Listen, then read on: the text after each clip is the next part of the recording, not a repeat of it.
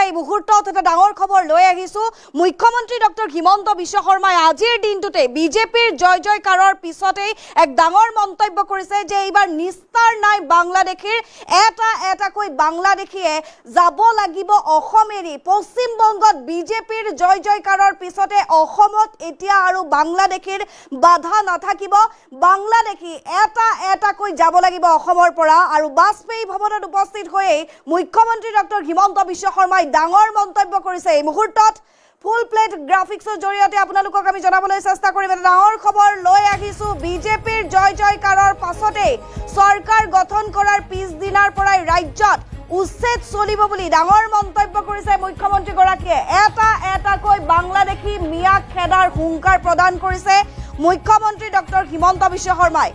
অসমত বিজেপিৰ জয় জয়কাৰৰ পিছতেই বাংলাদেশীক ধমক দিছে, পোনপটীয়া ধমক প্ৰদান কৰিছে হিমন্ত বিশ্ব শৰ্মাই। হিমন্ত বিশ্ব শৰ্মাই পুনৰ পোনপটীয়াকৈ অনুপ্ৰৱেশকাৰীক ধমক দিছে আজিৰ দিনটোত যে অসমত নিস্তাৰ নাই অবৈধ মিয়াই অসম এৰিবই লাগিব। HBS 2.0 অহাৰ লগে লগে আচলতে এনেধৰণে দেখিবলৈ পোৱা গৈছে। চৰকাৰ গঠন কৰাৰ পিছদিনাৰ পৰাই ৰাজ্যত উচ্ছেদ চলাৰ হুংকাৰ প্ৰদান কৰিছে এটাকৈ বাংলাদেশীয়ে অসম এৰিব লাগিব বুলি আজিৰ দিনটোত বাজপেয়ী ভৱনত উপস্থিত হৈ এনেধৰণে মন্তব্য কৰিছে। পূৰ্বতকৈ অধিক কঠোৰ ৰূপত বাংলাদেশীৰ ওপৰত প্ৰশাসনৰ চৰকাৰৰ বুলডোজাৰ চলিব বুলি উল্লেখ কৰিছে। আমি জনাই আছো চৰকাৰ গঠন কৰিয়েই ৰাজ্যত চলিব বৃহৎ উচ্ছেদ অভিযান। 90খনৰো অধিক আসনেৰে চৰকাৰ গঠন কৰাৰ পূৰ্বে মুখ্যমন্ত্ৰীৰ প্ৰথমটো ধমক অবৈধ বাংলাদেশীক। পূৰ্বতকৈও অধিক দয়া নাই ক্ষমা নাই নীতিৰে ৰাজ্যত এফালৰ পৰা চলিব উচ্ছেদ। আৰু বাজপেয়ী ভৱনত হিমন্ত বিশ্ব শৰ্মাই গৰ্জন দিয়া দেখিবলৈ পোৱা গৈছে। বংগ সীমান্তৰে অসমলৈ অহা বাংলাদেশীক এতিয়াৰে পৰা আমি বাধা দিব পাৰিম, কিয়নো আমি অসমৰ পৰা ঠিকেই বাংলাদেশী খেদো, কিন্তু সেই বাংলাদেশীবোৰে গৈ পুনৰ পশ্চিমবংগৰে অসমলৈ অহাৰ ৰাস্তা বিচাৰি পায়। আৰু মমতা বেনাৰ্জীয়ে যিহেতু BSFক ফেন্সিং নিৰ্মাণৰ কাৰণে মাটি দিয়া নাছিল, কিন্তু এতিয়াৰে পৰা কোনো কথা নাই, বিজেপি আহি গ'ল চৌদিশে। বিজেপিয়ে এইবাৰ বাংলাদেশীকো ভাৰতত থাকিব নিদিয়ে। অবৈধ মিয়াৰ নিস্তাৰ নাই, এভিকশ্যন চলি থাকিবই। পূৰ্বৰ কাৰ্যকালত যি নীতিৰে আচলতে দয়া নাই ক্ষমা নাই নীতিৰে ৰাজ্যত উচ্ছেদ চলিছিল, তাতকৈও অধিক কঠোৰ ৰূপত এইবাৰ অসমত উচ্ছেদ চলা হ'ব।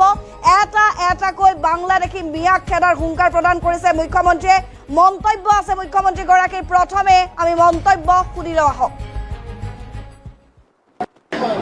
এভিকশ্যন নচলাৰ কথাটোতো কেতিয়াও হোৱাই নাই। আমি কৈছিলোঁ যোৱাবাৰ 1.5 লাখ বিঘাত কৰিছিলোঁ, এইবাৰ আমাৰ লক্ষ্য তাতকৈ বেছি হ'ব।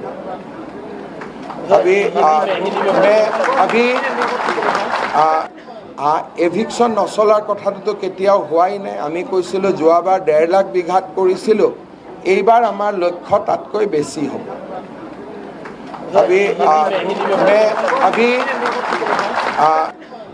এভিকশ্যন নচলাৰ কথাটোতো কেতিয়াও হোৱাই নাই। আমি কৈছিলোঁ যোৱাবাৰ 1.5 লাখ বিঘাত কৰিছিলোঁ, এইবাৰ আমাৰ লক্ষ্য তাতকৈ বেছি হ'ব।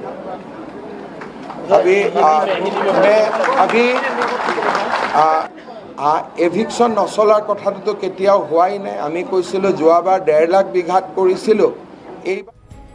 আৰু এয়া আছিল মুখ্যমন্ত্ৰী ডক্টৰ হিমন্ত বিশ্ব শৰ্মাৰ মন্তব্য। আৰু নিৰ্বাচনী প্ৰচাৰ সভাত দেখিবলৈ পোৱা গৈছিল অবৈধ মিয়াক উদ্দেশ্যি মুখ্যমন্ত্ৰীগৰাকীয়ে যি মন্তব্য কৰিছিল যে এটা বাংলাদেশীকো অসমত থাকিবলৈ দিয়া নহ'ব। পূৰ্বৰ কাৰ্যকালত 1.5 লাখ বিঘা ভূমিত উচ্ছেদ চলোৱা হৈছিল, কিন্তু এইবাৰ 5 লাখ বিঘা ভূমিত একেলগে উচ্ছেদ চলোৱা হ'ব।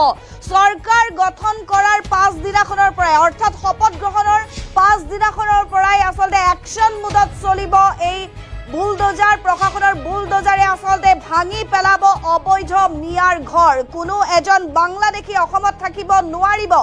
আৰু প্ৰতিদিনেই বহু বাংলাদেশী অসমলৈ আহে, আৰু সেই বাংলাদেশীবোৰে পশ্চিমবংগৰ পথেৰে অসমলৈ আহে, আৰু সেয়েহে সেই বাংলাদেশীসমূহক থাকিবলৈ দিয়া নহ'ব। পূৰ্বতে পশ্চিমবংগত মমতা বেনাৰ্জীৰ চৰকাৰে বাংলাদেশীক স্থান দিছিল, আৰু যিহেতু বৰ্ডাৰ ছিকিউৰিটি ফ'ৰ্চ অৰ্থাৎ সীমান্ত সুৰক্ষা বাহিনীক ফেন্সিং দিবলৈ সীমান্তত বা বৰ্ডাৰত পশ্চিমবংগ বাংলাদেশৰ বৰ্ডাৰত যি ফেন্সিং দিবৰ বাবে মাটি দিয়া নাছিল মমতা বেনাৰ্জীৰ চৰকাৰে, যাৰ বাবে অসমৰ পৰা অবৈধ মিয়াবোৰ বা বাংলাদেশীবোৰ গৈ পশ্চিমবংগৰ পথেদি পুনৰ অসমলৈ আহে। কিন্তু এতিয়া যিহেতু পশ্চিমবংগতো বিজেপিৰ চৰকাৰে হ'ব, সেয়েহে অসমত আৰু এতিয়া আমি বাংলাদেশী এটাও ৰাখিব নালাগে বা অসমত এটাও বাংলাদেশী আহিব নোৱাৰে।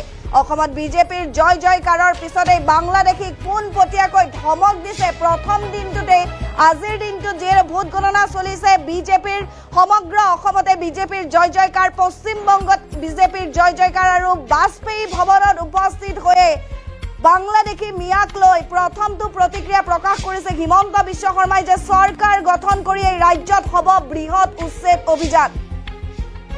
90খনৰো অধিক আসনেৰে চৰকাৰ গঠনৰ পূৰ্বে মুখ্যমন্ত্ৰীৰ প্ৰথমটো ধমক অবৈধ বাংলাদেশীক। পূৰ্বতকৈও অধিক দয়া নাই, ক্ষমা নাই নীতিৰে ৰাজ্যত এফালৰ পৰা উচ্ছেদ চলিব।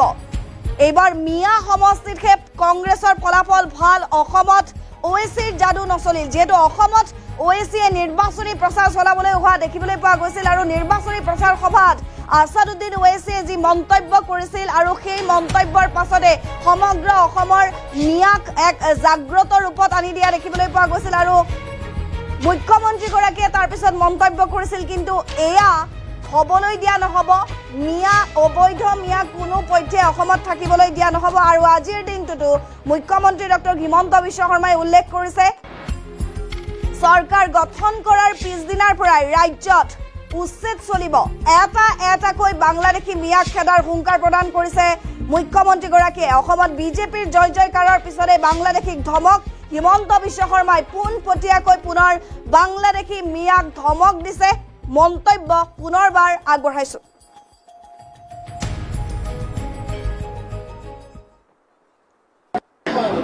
এভিকশ্যন নচলাৰ কথাটোতো কেতিয়াও হোৱাই নাই। আমি কৈছিলোঁ যোৱাবাৰ 1.5 লাখ বিঘাত কৰিছিলোঁ, এইবাৰ আমাৰ লক্ষ্য তাতকৈ বেছি হ'ব।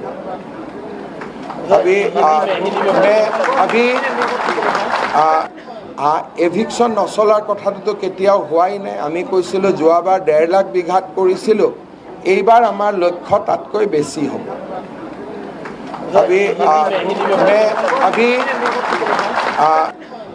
এভিকশ্যন নচলাৰ কথাটোতো কেতিয়াও হোৱাই নাই। আমি কৈছিলোঁ যোৱাবাৰ 1.5 লাখ বিঘাত কৰিছিলোঁ, এইবাৰ আমাৰ লক্ষ্য তাতকৈ বেছি হ'ব।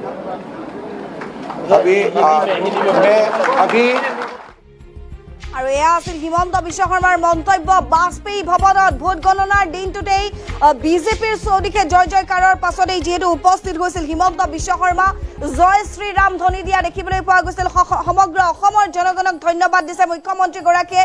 তাৰ পিছতে মন্তব্য প্ৰদান কৰিছে যে অসমত নিস্তাৰ নাই, অবৈধ মিয়াৰ কোনো এজন বাংলাদেশী থাকিব নোৱাৰিব। অসমত এটা এটাকৈ বাংলাদেশী অসমৰ পৰা যাব লাগিব।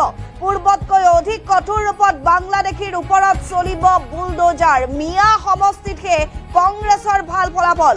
কংগ্ৰেছত এজনো হিন্দু নেতা নাথাকিব, সকলো বিজেপিলৈ আহিব, এনেধৰণে উল্লেখ কৰিছে। আৰু অসমত আছাদুদ্দিন ওৱেইছিয়ে AIUDFৰ ষ্টাৰ কেম্পেইনাৰ হৈ যি নিৰ্বাচনী প্ৰচাৰ চলাইছিল, কিন্তু সেয়া OACৰ মেজিক একেবাৰেই নচলিল অসমত, বা অসমৰ মিয়াই আঁকোৱালি নল'লে।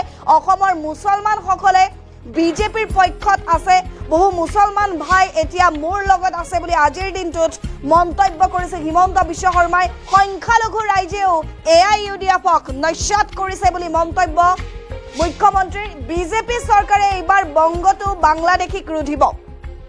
পশ্চিমবংগ যিহেতু বাংলাদেশীৰ হাব বুলি কোৱা হয়, আৰু সেই পশ্চিমবংগতে এইবাৰ বাংলাদেশীক বিজেপি চৰকাৰে ৰুধিব। যিহেতু তৃণমূল কংগ্ৰেছক বা মমতা বেনাৰ্জীৰ চৰকাৰক টচ নচ কৰি পেলাইছে বিজেপিয়ে, আৰু তাৰ পাছতে এনেধৰণে মন্তব্য কৰিছে হিমন্ত বিশ্ব শৰ্মাই। আজিৰ দিনটোত বিজেপিৰ চৰকাৰে এইবাৰ ৱেষ্ট বেংগলতো বাংলাদেশীক ৰুধিব।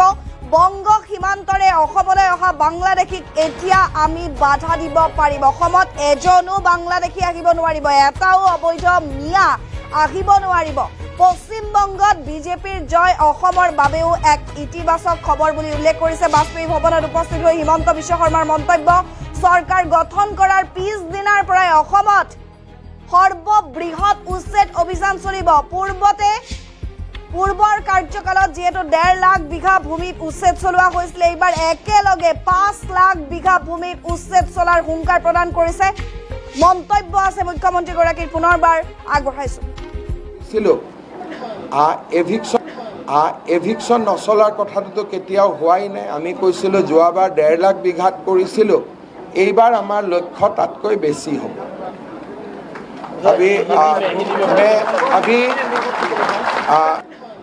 এভিকশ্যন নচলাৰ কথাটোতো কেতিয়াও হোৱাই নাই। আমি কৈছিলোঁ যোৱাবাৰ 1.5 লাখ বিঘাত কৰিছিলোঁ, এইবাৰ আমাৰ লক্ষ্য তাতকৈ বেছি হ'ব।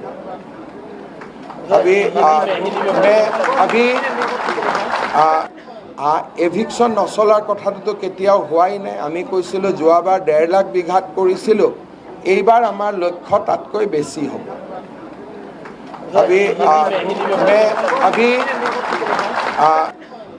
এভিকশ্যন নচলাৰ কথাটোতো কেতিয়াও হোৱাই নাই। আমি কৈছিলোঁ যোৱাবাৰ 1.5 লাখ বিঘাত কৰিছিলোঁ, এইবাৰ আমাৰ লক্ষ্য তাতকৈ বেছি হ'ব।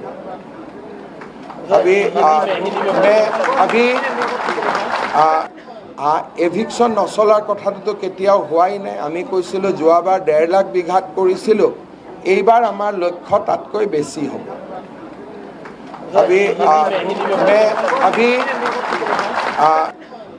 এভিকশ্যন নচলাৰ কথাটোতো কেতিয়াও হোৱাই নাই। আমি কৈছিলোঁ যোৱাবাৰ 1.5 লাখ বিঘাত কৰিছিলোঁ, এইবাৰ আমাৰ লক্ষ্য